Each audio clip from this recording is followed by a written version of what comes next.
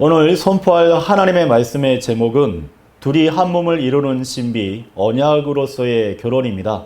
오늘 이 설교의 부제는 세상이 꿈꾸는 하늘의 모델 하우스입니다. 사랑하는 성도 여러분, 모델 하우스에 한번 방문해 보신 적이 있으십니까? 저는 예전에 그런 경험이 있었습니다. 예전에 함께 교회를 섬기고 있었던 성도의 가정과 함께 제 자매랑 그 모델 하우스를 갔는데 흠집 하나 없는 가구와 조명, 먼지 한 톨 없는 바닥, 그 실내 인테리어는 뭐 두말할 것도 없이 너무나 완벽해 보였습니다. 그리고 그 완벽한 모습을 보면서 저런 집에 한번 살고 싶다라는 바람이 제 마음에 이제 들어오는 것을 느꼈던 거예요. 오늘 저는 우리 그리스도인의 그 가정이 바로 그러한 하늘의 모델 하우스로 부름받았다는 말씀을 여러분에게 전하고자 합니다. 근데 이 말씀을 여러분에게 전하는 순간에 문득 이런 생각이 여러분에게 생길 수도 있을 거예요. 결국은 남들 보기에 완벽한 척, 행복한 척 연기하라는 말인가 라고 말이죠. 왜냐하면 우리 집은 너무나 많은 문제들이 있고 또 깨져 있는데 마치 쇼윈도 부부처럼 또 다른 사람들이 보기에 완벽한 가정처럼 꾸며야 되는가 라고 생각할 수도 있으실 겁니다. 근데 만약 이것이 제가 준비한 이 설교의 결론이라면 그것은 복음이 아니라 또 다른 율법이 되고 말 것입니다. 그러나 주님께서 우리에게 원하시는 것은 잘 꾸며져 있는 집이 아닙니다. 잘 지어진 집을 바라고 계시는 것입니다. 세상의 모델 하우스는 겉만 화려하게 되어 있죠. 그러나 거기 자세히 들여다보면 온기가 없습니다. 수도와 전기도 그저 일시적인 것 뿐입니다. 그러나 하나님께서 원하시는 이 완벽한 하늘의 모델 하우스는요, 때로 살림살이가 어지럽혀져 있고 벽에 금이 가 있을지라도 그 안에 생명의 물이 흐르고 또 은혜의 빛이 환하게 켜져 있는 진짜 살아있는 집입니다. 오늘의 말씀을 통해서 우리의 연약함과 깨어짐 속에서도 역사하시는 그 하나님의 은혜가 너무나도 선명하게 보여서 세상이 그 진짜 생명을 보고 감동해서 나도 저와 같은 집에서 살고 싶다라고 고백이 절로 일어나게 되는 진정한 하늘의 모델 하우스로 어떻게 세워져 갈 수 있는지를 우리 함께 말씀을 통해서 발견하는 귀한 시간이 되기를 바랍니다. 저는 이 가정회복 세 번째 시간을 통해서 여러분 각자가 가지고 있는 문제를 하나님의 말씀 앞에 꺼내놓기를 바랍니다. 또 그것을 통해서 하나님께서 완벽하게 회복시켜 주실 수 있는 그 놀라운 은혜가 우리 각자의 삶에 이루어지기를 바랍니다. 첫째로 하나님께서 원하시는 하늘의 모델 하우스는 무엇이냐면은 바로 영원한 사랑의 청사진을, 그 설계도를 하나님께서 성경에 펼쳐놓고 계시다는 사실입니다. 여러분 이 사실 알고 계셨습니까? 우리가 살고 있는 집은 지금은 있고 계시겠지만 분명하게 설계도면이 있었어요. 그 설계도면을 따라서 하수도나 전기, 배관, 환풍기 그리고 모든 부분들이 필요한 곳에 딱 맞게끔 다 들어가 있었던 것이죠. 그래서 이 땅의 모든 건물들은 이 설계도면에 있었던 것을 투영해 내었던 모형이라고 할 수가 있는 것이죠. 그렇다면 우리 가정이라는 이 하늘의 모델하우스의 원본은 과연 어디에 있는 것입니까? 우리는 종종 성경을 통해서 아담과 이브가 바로 그 결혼의 원본이라고 생각을 하곤 합니다. 그러나 성경은 그보다 훨씬 더 장엄하고 신비롭고 영원 그 이전부터 이미 완성된 원본 설계 도면이 있었다라고 우리에게 알려주고 계세요. 그것은 바로 창세전부터 계획된 그리스도와 교회의 연합이 바로 그것입니다. 시간이 시작되기도 전에, 시간이라는 개념 자체가 있기도 전에 삼위일체 하나님께서는 영원한 사랑의 교제 안에서 한 가지 위대한 계획을 세우셨습니다. 바로 성자 예수 그리스도께서 장차 자신의 피로 값을 치르고 신부된 교회를 얻으셔서 영원히 사랑하며 연합하시겠다라고 하셨던 그 구속의 언약인 것입니다. 에베소서 1장 4절은 이렇게 우리에게 말씀하고 계십니다. 곧 그분께서 세상의 기초를 세우시기 전에 그분 안에서 우리를 선택하심에 따라 우리를 사랑 안에서 그분 안에 거룩하고 비난받을 일이 없게 하려 하심이라. 하나님께서는 이렇게 완벽하게 이 모든 것을 예비하셨어요. 예수 그리스도 안에서 우리의 존재가 영원한 그 어린 양이신 그 신부로서 예정되었음을 성경은 우리에게 증언하고 계시는 것입니다. 이것은 무엇을 의미하는 것일까요? 이 땅의 결혼은 그 존재 자체가 하나님께서 완성해 놓으신 어떤 결론이 아니라 바로 그 셋째 하늘에 펼쳐질 그 영원한 로맨스, 즉 예수 그리스도께서 교회를 어떻게 사랑하시고 또 교회가 그 사랑에 어떻게 반응하는지를 미리 우리에게 보여주기 위해서 하나님께서 친히 제정하신 거룩한 예표이자 모형이라는 사실입니다. 따라서 우리는 이 사실 앞에 두 가지를 기억할 수 있게 되는 것이죠. 그것은 무엇이냐? 우리가 이 지상에서의 그 결혼이 원본과 모형으로 분명히 구분되어 있다는 사실입니다. 우리가 이 진리를 깨닫게 되었을 때에 우리는 우리가 지금 처하고 있는 결혼이나 또 이루어 가야 될 그 결혼을 완전히 새로운 눈으로 볼 수 있어야 하는 것입니다.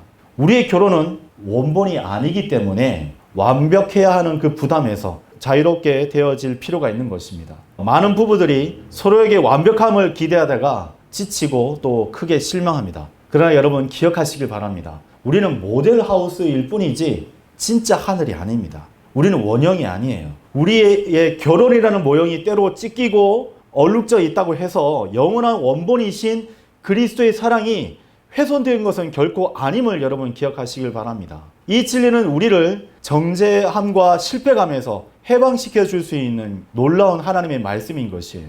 또한 우리의 결혼은 원본을 비추어야 하는 사명을 부여받았던 것입니다.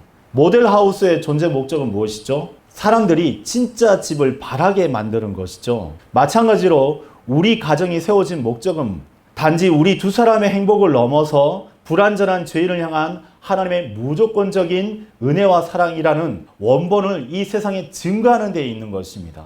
위대한 구원자이신 예수 그리스도와 그 교회의 연합을 자랑하는 것이 되어야 함을 여러분 명심하시길 바랍니다. 그렇다면 이 사명을 여러분 어떻게 감당할 수 있게 되는 것입니까? 바로 그것은 우리의 연약함과 깨어짐을 하나님 앞에 인정하는 것이에요. 거기서부터 시작할 수 있는 겁니다. 세상의 모델하우스는 완벽함만을 전시하지만 하늘의 모델하우스는 달라요. 유지보수가 필요합니다. 오히려 우리의 부족함과 깨어진 틈이야말로 그 안에서 역사하시는 하나님의 은혜가 얼마나 놀랍고 또 신비롭고 강력한지를 보여주는 최고의 전시 공간이 되는 것입니다. 여러분의 가정이 지금 세상의 조롱거리가 되었다라고 느끼고 계십니까? 아닙니다. 그 상처와 눈물 속에서도 포기하지 않고 신실하신 하나님을 붙들고 씨름하는 바로 우리의 모습이야말로 세상 앞에서는 소망 없는 세상과 다름없는 이유를 모를 거룩한 몸부림처럼 보일 것이에요. 어떻게 저렇게 포기할 수도 있는데 모든 것을 포기했다라고 선언할 수도 있는데 그럼에도 불구하고 끊임없이 저렇게 몸부림칠 수 있는 것이지? 라고 들여다봤더니 거기서 하나님의 놀라운 은혜가 발견되는 것이에요. 그것이 바로 세상에 던지는 말할 수 없는 강력한 질문이 되는 것이고 또 강력한 메시지가 되는 것입니다. 그리고 만일 여러분이 제가 이렇게 말씀드리고 있을 때 우리 가정은 아무 문제가 없어요.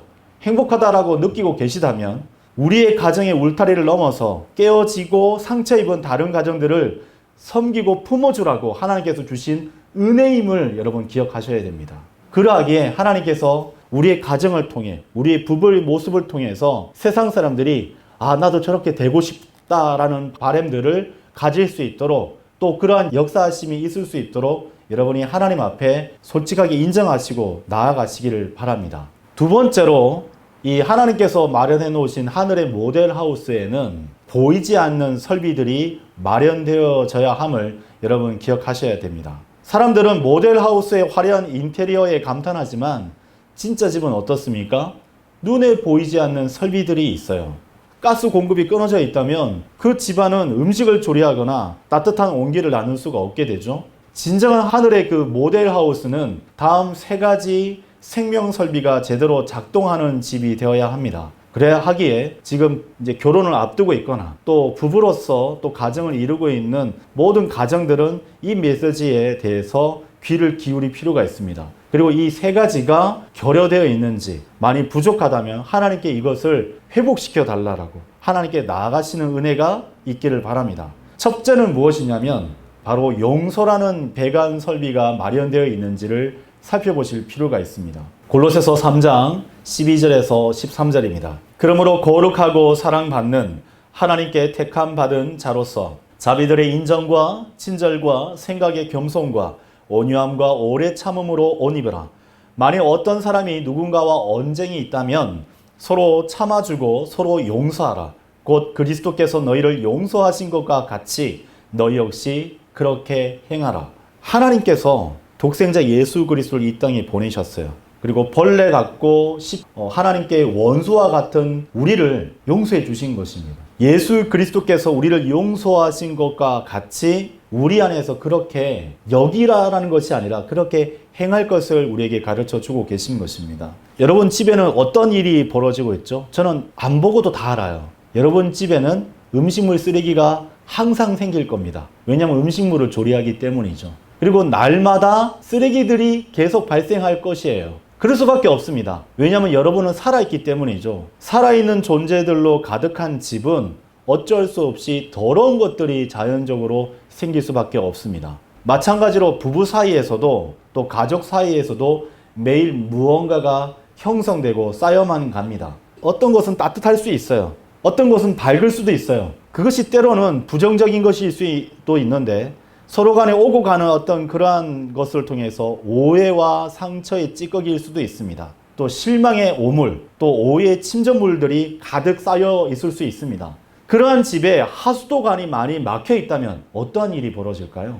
주방에서 이제 설거지를 하시는 자매님들을 잘 아시겠지만 설거지를 하고 있는데 음식물 찌꺼기가 만약 싱크대를 막게 되면 어떻게 됩니까? 씻을 수가 없어요. 때로는 기름이라든지 음식물 찌꺼기들이 배관을 막게 되면은 물이 차오르고 뚫어뻥이라든지 갖가지 방법으로 해서 그것을 뚫어서 문제를 해결하곤 하시죠. 마찬가지예요. 하수도관이 막혀 있으면 냄새가 넘쳐날 수밖에 없습니다. 며칠만 지나도 집안 전체가 악취로 가득 차고 가족들이 숨 쉬는 것 자체가 어렵게 되죠. 그래서 우리의 가정을 한번 들여다보기를 원합니다.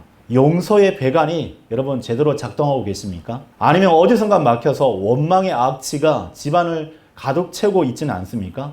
그래서 아예 그 방에 들어가기를 원치 않는 거예요. 그 사람이 있는 방을 거듭도 보지도 않습니다.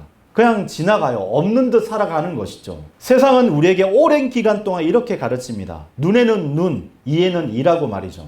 당한 만큼 갚아줘야 한다고. 정신을 차릴 때까지 내가 이렇게 하는 것은 정당하다라고 생각을 합니다. 그러나 여러분, 하나님의 자녀인 우리는 다릅니다. 하늘의 생활 방식을 따라서 살아가는 우리는 세상의 방식을 따라서는 안 됩니다. 우리에게는 강력한 용서의 샘이 우리 가운데 흘러 넘쳐야만 하는 것이죠. 그래서 그 수도꼭지를 틀어서 그 모든 오물들을 제거하고 흘러보낼 줄 알아야 됩니다. 그 수도꼭지를 틀 때마다 십자가에 흘리신 예수 그리스도의 보혈이 우리 집안 곳곳을 흘러내려서 그 더러운 모든 허물과 죄들을 씻어내야만 하는 것입니다. 주께서 너희를 용서하신 것 같이 너희도 그리하라. 예수 그리스도께서 우리를 용서하신 것 같이 여러분 용서하고 계십니까? 이 말씀이 바로 우리 집의 배관 시설을 가동시키는 스위치인 것입니다. 아, 예수님께서 나를 용서하신 것 같이 나도 저 사람에 대해서, 아내에 대해서, 남편에 대해서, 아버지와 어머니와 그 부모를 위해서 내가 용서를 해야지 라는 그러한 마음으로 나가셔야 됩니다. 주님 안에서 사랑하는 성도 여러분 점검해 보셔야 됩니다. 배우자에 대한 서운함이 쌓여 있지는 않으십니까? 자녀에 대한 실망이 방 한 구석에 악취로서 그 더러운 오물들이 쌓여가고 있지는 않습니까? 부모를 향한 원망이 지금 모든 것들에 대한 실망과 분노로 여러분의 마음을 핥히고 계시진 않으십니까? 오늘 밤 그 용서의 수도꼭지를 틀어서 깨끗하게 씻어내시기를 바랍니다. 어렵지 않습니다. 갈보리 십자가 앞으로 나아가 예수 그리스도께서 흘리신 그 보배로운 피를 간구하며 나아가십시오. 그러면 하나님의 은혜가 여러분 안에 있는 모든 더러운 것들을 씻어내는 놀라운 역사를 맞이하게 될 것입니다. 또한 우리의 집안에 필요한 것은 무엇이냐면은 은혜라는 전기 설비가 필요합니다. 은혜. 하나님의 은혜가 우리는 필요하죠. 고린도 후서 12장 9절입니다. 그러자 그분께서 나에게 이같이 말씀하셨느니라. 나의 은혜가 너에게 충분하도다. 이는 약함 가운데서 나의 힘이 완전해지기 때문이라. 그러므로 내가 오히려 매우 기꺼이 나의 연약함들을 자랑하겠으니 그리스도의 권능이 내 위에 머물게 하려 함이라 라고 말씀하고 계십니다. 여러분이 강할 때, 여러분이 교만할 때는 이러한 일들이 일어나지 않아요.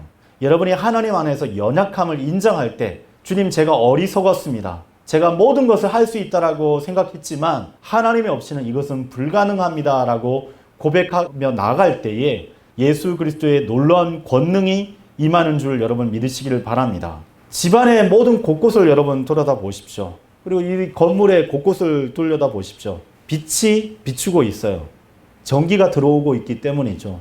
그래서 우리는 밥솥에 쌀을 얼리기도 하고 국을 데피기도 합니다. 그리고 또 젖은 머리를 또 말리기도 하고요. 지금 이렇게 앰프가 있습니다. 이것도 전기가 들어오지 않으면 안 되죠. 그만큼 건물과 집안 안에는 전기가 필요합니다. 근데 여러분, 이 전기는 집안에 발전기가 있기 때문에 공급되는 것입니까? 아니지 않습니까? 뭐 수력 발전소나 원자력 발전소 등에서 전기가 만들어지면 그것이 전기 선로를 통해서 집안으로 전압이 변환되어 가지고 들어오게 되는 거죠.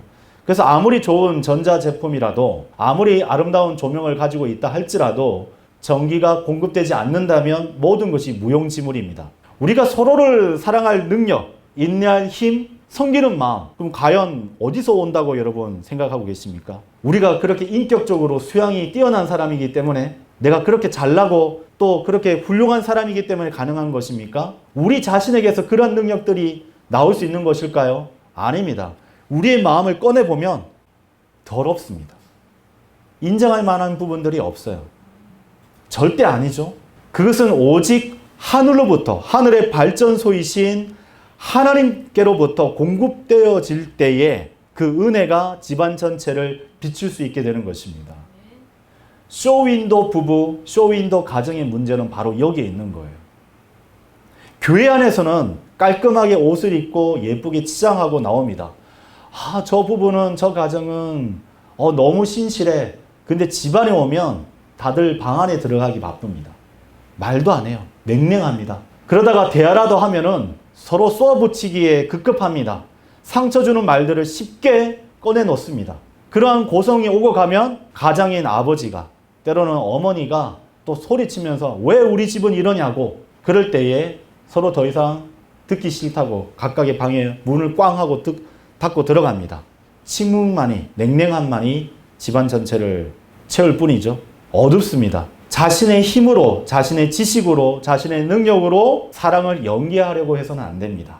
자신의 의지력으로 좋은 남편, 좋은 아내, 좋은 부모, 아니면 믿음 안에 있는 자녀를 연기할 필요가 없습니다. 그러면 우리가 가지고 있는 배터리는 금방 방전되고 말 뿐입니다. 여러분, 휴대폰도 마찬가지죠. 아침에 100% 충전하고 왔는데, 아니 오후 예배 이제 모임 가지고 이제 집에 딱 하니까 배터리가 10%도 채 없어. 어떤 급한 연락을 받고 저녁 모임에 급하게 참석하게 됐어요. 집안에서는 이 사람이 왜 이렇게 연락이 없지 했더니 전화를 했더니 전원이 끊겨져 있다는 거예요. 꺼졌다는 거죠. 우리는 그렇게 될 수밖에 없어요. 어쩌면 하루를 못 갈 수도 있습니다. 며칠 버티다가 결국 나는 더 이상 못하겠어 라고 포기하게 되죠. 우리 안에서는 그러한 능력이 나올 수가 없어요.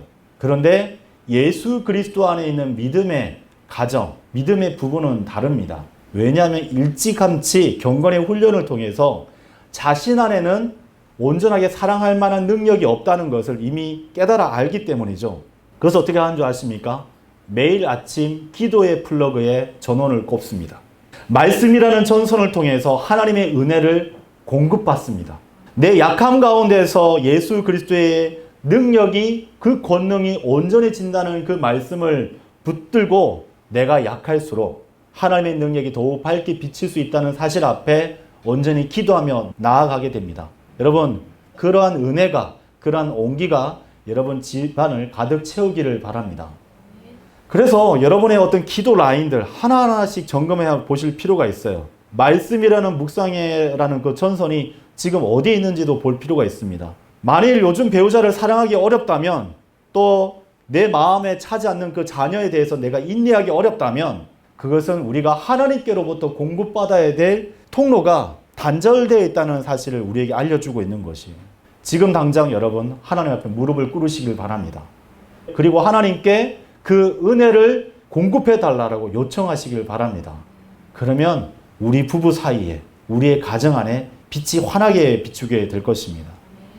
그리고 여러분 집안 설비, 이 하늘의 모델 하우스 안에서 갖춰야 될 중요한 세 번째는 무엇이죠? 진실함이라는 어떤 내력 벽을 가지고 계셔야 돼요. 진실함, 정직, 감추지 않고 나가는 것. 이런 이유로 모든 사람은 저마다 거짓말을 버리고 자기 이웃과 함께 진리를 말하라. 이는 우리가 서로 지체들이기 때문이라. 에베소서 4장 25절의 말씀입니다. 모델하우스의 벽을 한번 지나가면서 한번 두드려 보신 적이 있으십니까? 저는 그래 봤어요. 두드려 보니까 퉁퉁 텅텅 소리가 납니다. 왜요? 가벽이기 때문이죠. 콘크리트로 시멘트로 채운 벽이 아니에요. 그래서 겉보기에는 그럴듯하게 이제 만들어져 있는 거죠. 근데 진짜 집의 무게를 감당할 수가 없습니다. 다른 쪽에서 감당하고 있는 거예요. 그래서 무게를 지탱하는 그 튼튼한 내력벽이 있어야 그 집안이 견고하게 설 수 있게 되는 것입니다. 지붕의 무게, 그 다음에 위층의 압력, 바람의 하중도 모두 이 내력벽이 견고하게 서 있을 때에 가능한 것입니다. 그렇다면 우리 믿음의 어떤 가정에서 내력벽은 어디에 해당하는 것입니까? 바로 서로 간에 진실함이 있어요. 정직이 있는 겁니다. 세상에 많은 가정들이 지금 무너지고 있습니다. 부부관계들이 냉랭함과 또 심지어 이혼에까지 치닫고 있습니다. 왜 그런 것일까요? 가벽으로만 지어졌기 때문입니다. 위선과 거짓과 속임수, 그 모든 것들로 이루어졌기 때문에 어느 순간부터 그 사람들 사이들이 단절이 되고 만 것이죠. 겉으로는 우리는 괜찮아, 아무 문제 없어 라고 말을 하지만 실제로는 혼자서 무거운 짐과 오해와 또 무거운 마음으로 살아가고 있는 것입니다. 아내의 육아 스트레스, 자녀의 어떤 학업에 대한 압박 등 이 모든 것을 혼자 견디려고 하니까 결국 집이 군데군데 무너질 수밖에 없는 것이죠. 또 그것을 감추고 또 가리고 드러내놓지 않으려고 했을 때에 가정 사이의 모든 것들이 냉랭해질 수밖에 없는 것입니다. 그러나 여러분, 성경이 우리에게 보여주는 이 하늘의 모델하우스는 다릅니다. 부부가 서로에게 또 그리고 믿음의 공동체 안에서 자신의 연약함을 솔직하게 나누는 것이 바로 믿음의 가정 안에서 벌어지는 일들이에요. 이상하지 않습니다. 솔직하게 얘기해요. 여보, 나 혼자서는 안 되겠어요. 도와주세요. 나를 위해서 중보 기도해 주세요. 라고 말할 용기가 있어야 하는 것입니다. 이것은 사실상 예수 그리스도께서 우리에게 보여주신 바로 은혜와 복음의 능력에 기인하는 것입니다. 보십시오. 우리는 완벽한 사람이 아니에요. 우리는 예수 그리스도의 은혜로 구원받은 사람들입니다. 그래서 우리는 서로의 약함을 부끄러워해서는 안 돼요.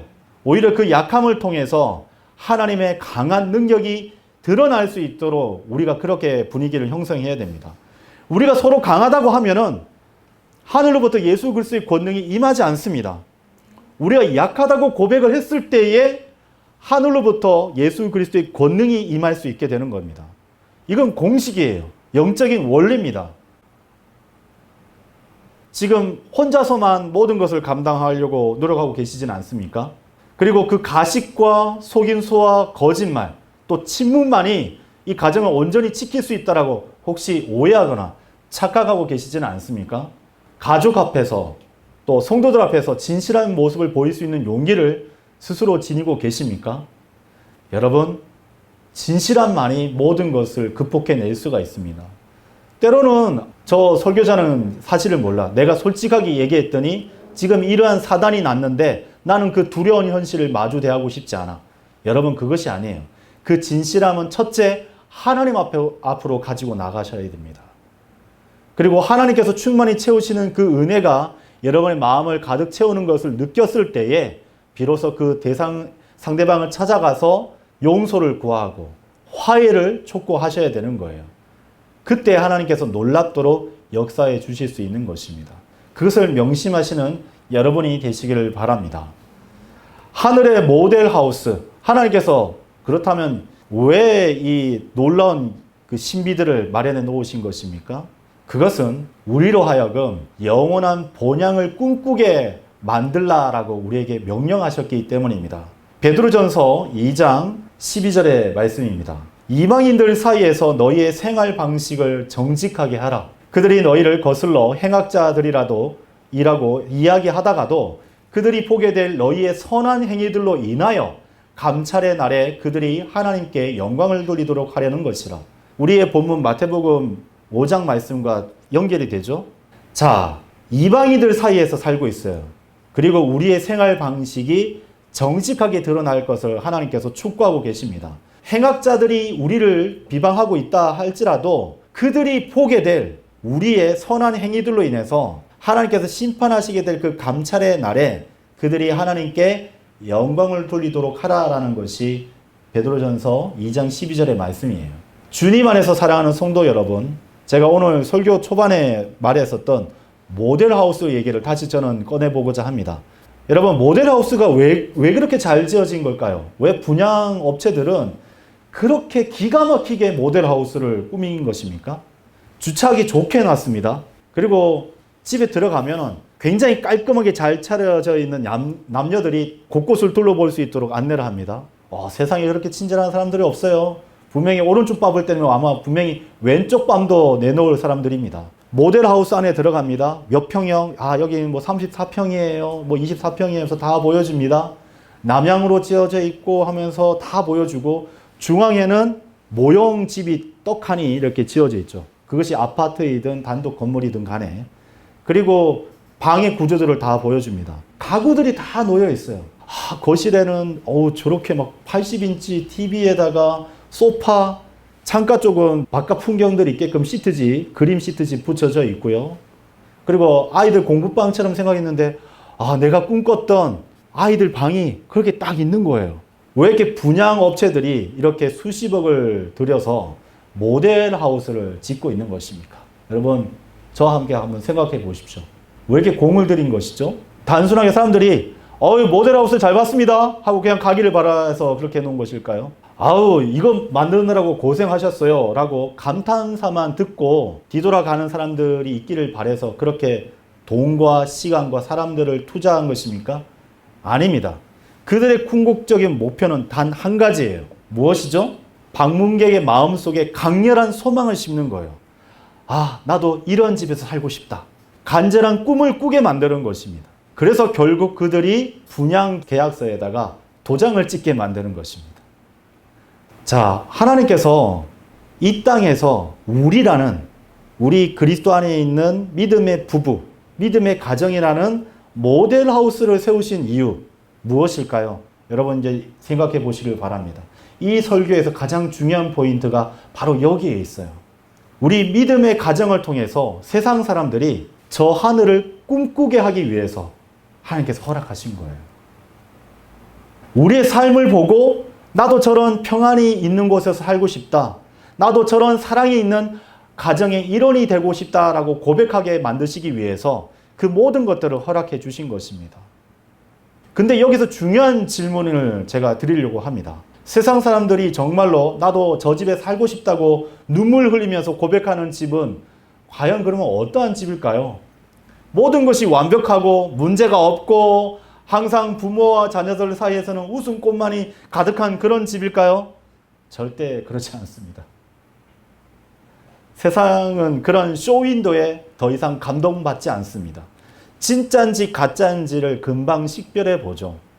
심지어 진짜인지 가짜인지 확인해 보기 위해서 집 안으로 들어오기도 합니다. 초대해 달라고. 그 부모의 그 아이들도 막 만나서 너희 아버지 어머니 사이 좋아? 막 물어봅니다. 진짜인지 가짜인지 드러나게끔 검증을 시도해 보기도 하죠.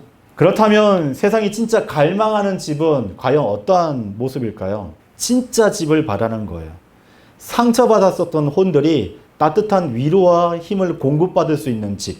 죄인들이 없고 모두 의롭고 공의로운 사람들로 구성되어 있는 그런 전시장을 바라는 것이 아니라 죄인들도 용서받고 새롭게 시작할 수 있는 은혜의 안식처와 같은 집을 바라고 있는 거예요. 세상 사람들이 우리 집의 문틈을 엿보고 싶어 하는 것은 완벽함이 아닙니다. 진짜 사랑이 무엇인지, 진짜 용서가 무엇인지, 진짜 화평이 무엇인지를 보여줄 수 있는 살아있는 유기체요, 하나님의 자녀들로 구성되어 있는 바로 현장을 원하는 것입니다. 세상 사람들이 간절히 찾고 있는 가정의 모습은 어떤 것이죠? 진짜 용서가 흐르는 집이에요. 여러분, 다툼이 있을 수 있습니다. 다툼 끝에 차가운 침묵이나 자존심 대결이 몇 날 며칠이 갈 수도 있어요. 그런데도 다소 어색하더라도 먼저 다가가서 내가 틀렸어. 용서해줘. 라고 말하는 소리가 들리는 가정이 되어야 합니다. 세상에서는 누가 먼저 사과하는 것이 잘못됐다고 오히려 진다라고 생각하는 경향이 있어요. 근데 여러분, 예수 그리스도 안에는 먼저 사과하는 사람이 이기는 것입니다. 그래서 여러분의 가정 안에서 내가 다음에 많이 싸우면 내가 가장 먼저 용서를 구해야지 라는 경쟁이 있었으면 좋겠어요. 그런 모습을 세상이 봤을 때, 여러분의 이웃이 봤을 때 어떻게 저런 불가능한 일이 일어날 수 있지라는 의문이 들기를 바랍니다. 또한 하나님께서 원하는 저 하늘의 모델하우스와 같은 집은요, 자녀가 실패했을 때 너 때문에 우리 가족이 지금 망신살이 장난 아니야. 내가 너 때문에 얼굴 들지도 못하고 다니겠어. 라는 절망의 소리 대신에 괜찮아. 실패할 수 있지 뭐. 다시 시작하면 돼. 라는 어떤 따뜻한 격려의 목소리가 흘러 넘쳐야 됩니다. 남편이 사업이 실패했을 때도 아내가 실수를 했을 때도 마찬가지죠. 조건부 사랑이 아니라 무조건적인 사랑, 예수 그리스도께서 우리에게 보이셨던 그 사랑이 집안 전체의 공기와 그 온기를 가득 채워야 하는 것입니다. 세상에서 상처받고 세상의 그 차가운 풍파를 통해서 냉랭해져 있다가 집에 들어왔을 때에 집안 전체를 가득 채우는 그 예수 그리스도의 사랑과 그 온기를 통해서 기운을 얻는 그런 집이 되어야 하는 것입니다. 또한 세상의 성공과 실패에 따라서 가정의 분위기가 요동치는 것이 오늘 세상의 세태들이죠. 성공하면 막 웃음꽃이 넘칩니다. 그러다가 사업에 부도가 났어요. 공고사직을 당했습니다. 사고가 났어요. 곡하는 소리, 원망하는 소리, 남 탓하는 소리들이 막 넘칩니다. 그런데 성경대로 믿고 실행하는 그 부부와 또 믿음의 가정들은요, 시험 성적이 좋든 나쁘든 승진이 되든 안 되든 그 가정에는 흔들리지 않는 그 평안의 기초가 있어요. 화평의 기초가 놓여져 있는 겁니다. 왜냐하면 예수 그리스도께서 그 가정의 중심으로 주인으로 계시기 때문이죠. 여러분, 예수 그리스도로 만족하는 삶이 무엇인지를 아셔야 돼요. 그냥 그래야 되는 거구나 라고 그냥 머릿속에 인지하는 것이 아니라 정말 그것이 무엇인지 맛보아 아셔야 됩니다. 저는 회사에서 이렇게 일을 하다 보니까 법인카드로 임원들을 좀 접대하는 일들이 많습니다. 그러다 보니까 그냥 길거리에 보이다가 저 식당 가서 드실까요? 라고 하지 못해요. 수소문해서 어느 집이 맛있는지 또 그런 접대에 관련된 부분들을 통해서 점심때 가면은 가장 좋은 집을 수소문한 다음에 예약을 몇 주 전에 합니다. 그리고 거기 가요. 미리 사전에 동선이라든지 메뉴 같은 구성 같은 걸 미리 확인한 다음에 식사를 대접을 합니다. 근데 저도 먹어봐요. 그럼 무슨 생각이 드냐면은 와, 너무 맛있어.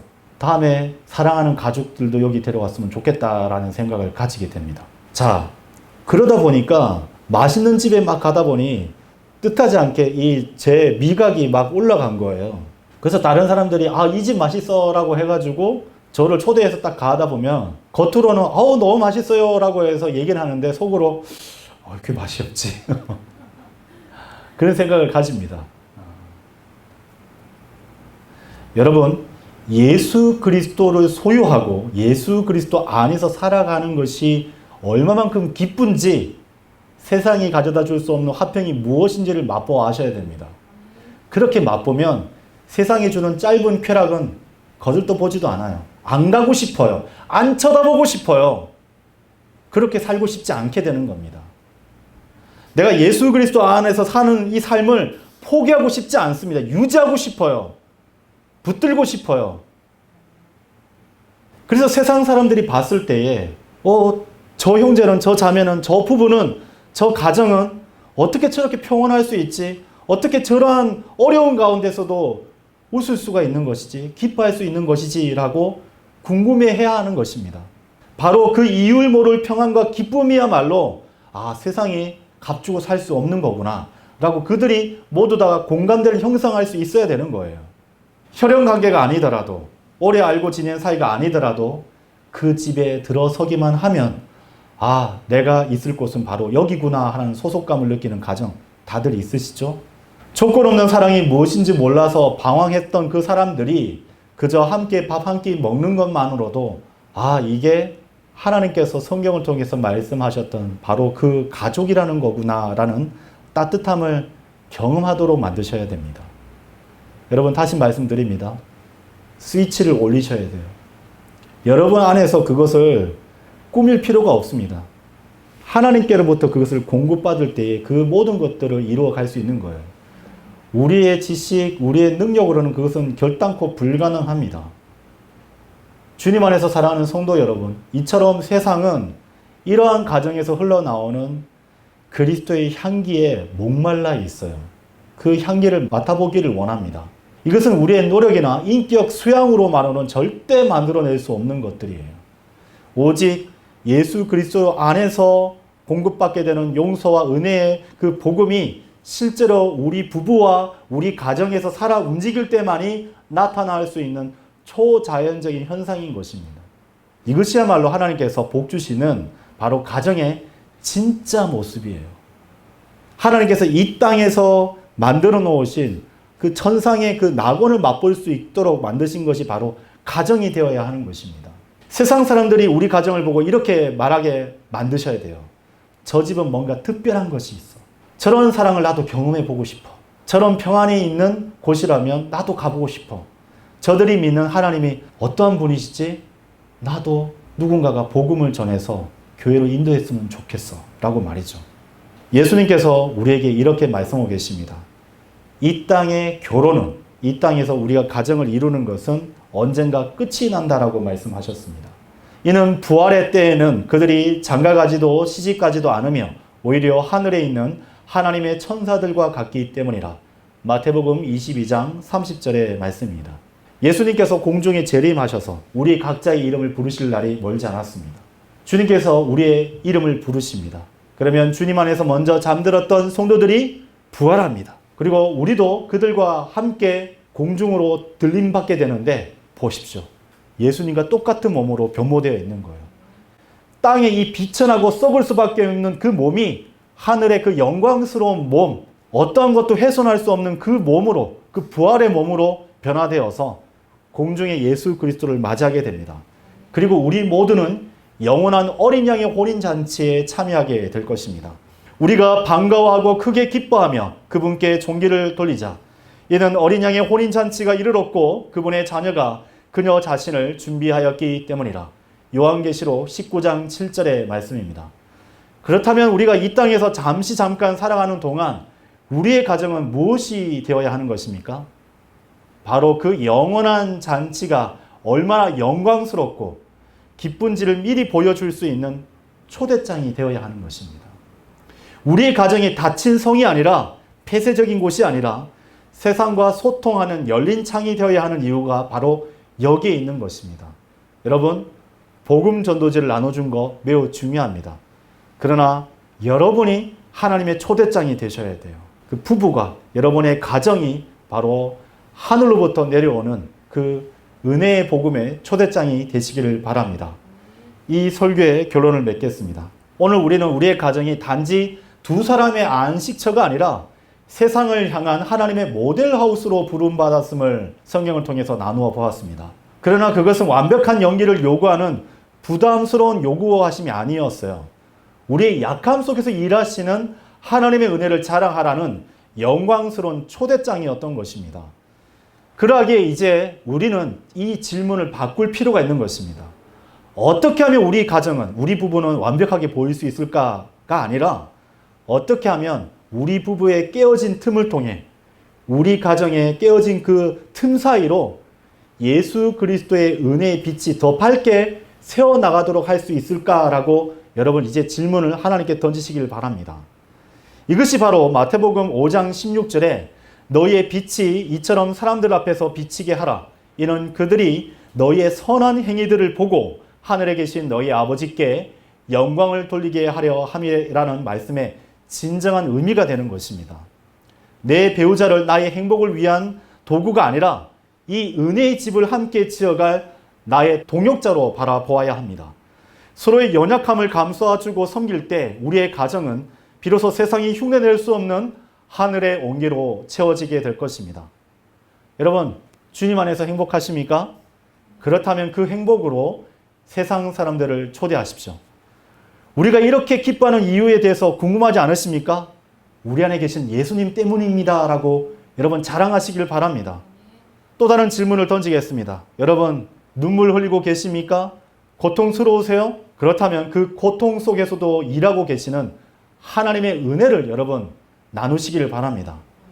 우리가 이 어려움 중에서도 이렇게 평안한 이유를 알고 계십니까? 바로 주님이 우리와 함께 하기 때문에 우리는 이것을 극복할 수 있습니다 라고 말입니다. 사랑하는 청년 형제자매 여러분, 결혼이 두려우십니까? 그렇다면 세상에 무너진 그 틈들을, 또 무너진 집들을 보지 마십시오. 오늘날 가정이 파괴되고 있습니다. 부부들이 쉽게 이혼을 결정하고 있어요. 이것은 하나님의 은혜로 말미암은 것이 아닙니다. 세상과 이 세상 신인 마귀가 버려놓았던 극단적인 결과라고 할 수 있는 것이죠. 이제는 성경을 통해서 하나님께서 미리 설계하신 영원한 본향을 바라보십시오. 그리고 그 모델 하우스를 마련하는 것에 대해서 기쁨으로 나아가십시오. 세상에 이렇게 선포하시길 바랍니다. 우리가 이룬 이 결혼을 통해서 하늘의 기쁨이 무엇인지를 여러분 보시길 바랍니다 라고 말입니다. 더 이상 다른 가정과 비교하며 절망하거나 완벽한 척 연기하며 지치지 마시기 바랍니다. 대신 우리의 연약함과 깨어짐을 그대로 주님께 내어드리며 기도하며 나아가시기를 바랍니다. 주님, 보십시오. 우리의 가정은 완벽하지 않습니다. 우리 가정이 주님의 은혜가 머무는 집이 되게 하도록 역사하여 주시옵소서. 우리의 모든 위로보다 더 큰 주님의 평안이 흐르는 집이 되게 하여 주옵소서. 우리의 삶을 통해 상처받은 이들이 위로를 얻고 길 잃은 혼들이 돌아올 집을 찾게 되는 축복의 통로로 우리 부부를, 우리의 가정을 사용하여 주옵소서. 우리를 보고 세상이 이 집에는 무언가 특별한 것이 있다. 나도 이 집의 주인이 되신 하나님을 알고 싶다라고 고백하게 하옵소서. 이 결단이 오늘 우리의 것이 되기를 바랍니다. 이 결단을 통해서 우리의 가정이 회복되기를 바랍니다. 우리 자신이 결국은 살고 싶어 했었던 그 하늘의 모델 하우스를 친히 지어가기를 바랍니다. 저는 다음 주에 성소의 문지기가 되라, 부부의 거룩함을 지키는 영적 원리에 대해서 설교하기를 바랍니다. 여러분의 가정이 세상에 상처받고 지친 혼들이 찾아와서 이 집에는 뭔가 특별한 것이 있다라고 고백을 하는, 또 나도 이 집의 주인 되신 하나님을 알고 싶다라고 고백을 하게 되는 진실하고 따뜻하며 하나님께서 공급해 주시는 생명력이 넘치는 하늘의 모델 하우스가 되기를 바라며 이 설교를 마치겠습니다. 감사합니다.